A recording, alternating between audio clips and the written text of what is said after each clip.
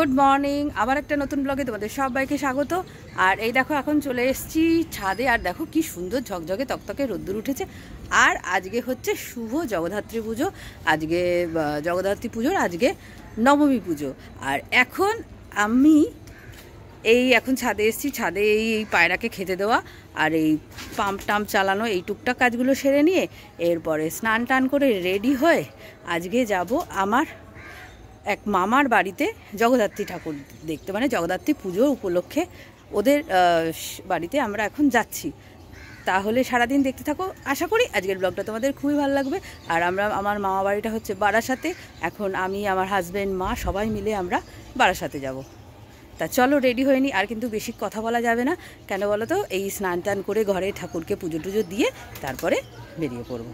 তাহলে চলো দেখতে থাকো সারাদিন, আশা করি আজকের ব্লগটা তোমাদের খুবই ভালো লাগবে।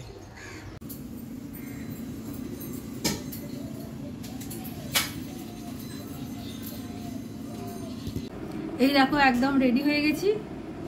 আর একটা ছোট্ট টিপ করে নি, বলো, বুঝতে পারছি, এই একটা ব্লু কালারের একটা টিপ করে নি।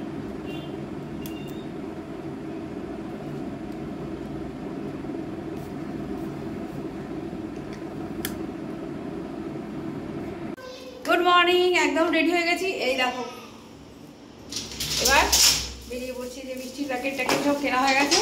আমরা যাচ্ছি এখন জগদ্ধাত্রী পুজোর বাড়িতে। চলো।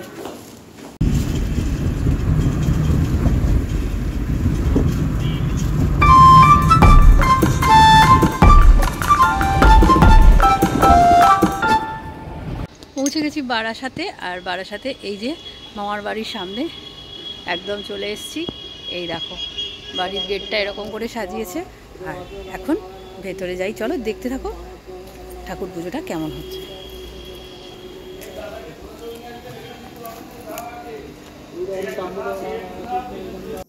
বাড়ির ভেতরে এই দেখো মামা দাঁড়িয়ে আছে।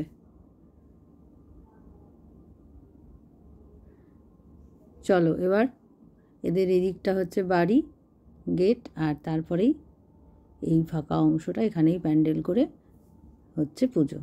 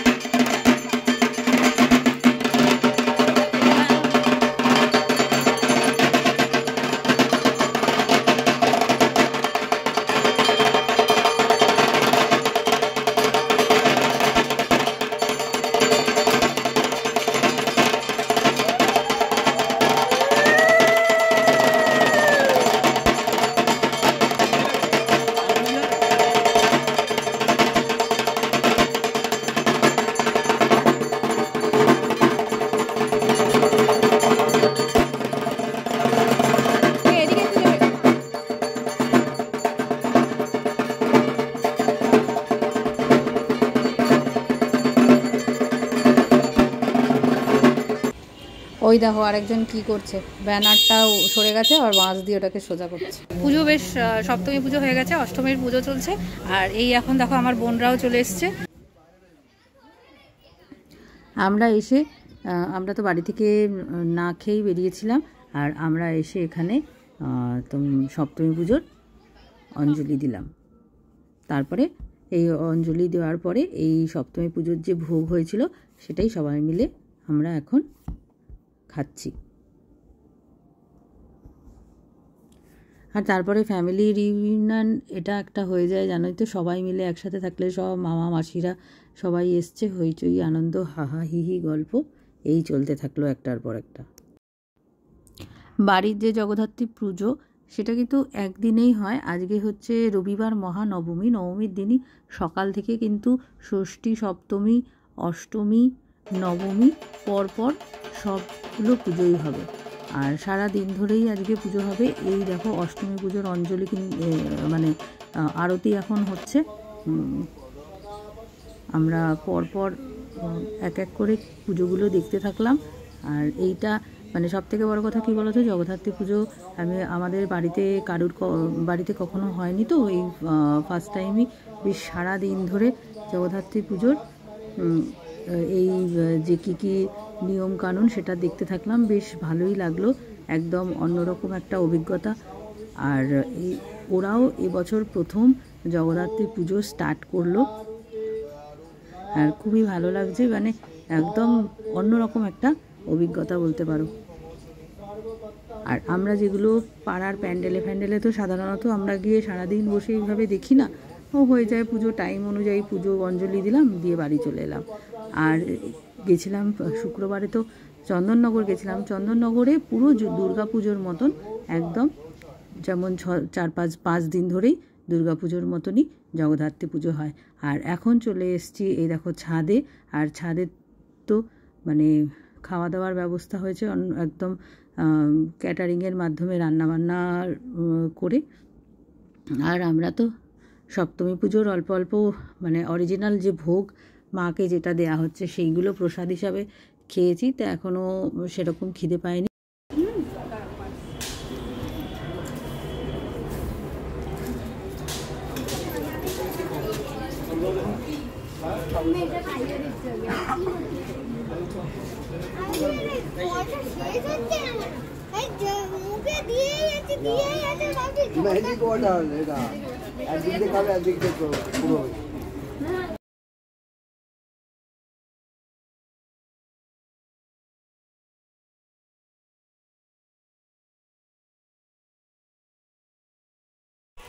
এখন নবমী পুজো শুরু হয়েছে, আর আমরা ভোগ টোগ খেয়ে নিয়েছি প্রসাদ। আর এখন এই যে এদের বাড়ি থেকে বেরিয়ে ঠিক সামনেই আর একটা পুজো হচ্ছে, তা ভাবলাম যে সেই পুজোটাও দেখে আসি।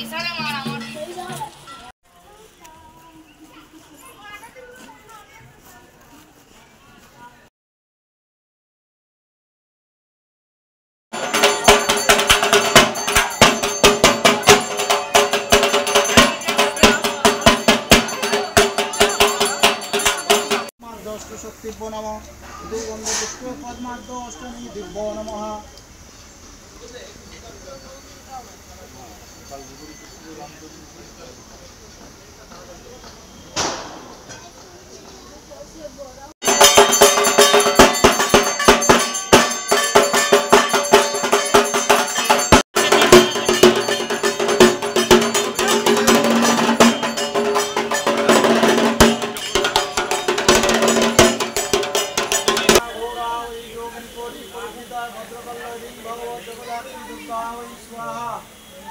ओम धूम्रज्योतिर् भैरवाय स्वाहा। ओम ऐं सर्वदेवदेवी स्वरूपाय श्रीरामकृष्णाय। হোম যজ্ঞ, তারপরে অষ্টপ্রদীপ জ্বালানো, সন্ধ্যা আরতি সমস্ত হতে হতে মোটামুটি বেজে গেছে এখন 6টা। এবার আমরা আস্তে আস্তে এবার তো আমাদেরকেও বাড়ির দিকে রওনা দিতে হবে, তা আমরাও একটা ওই বেরিয়ে পড়লাম এবার।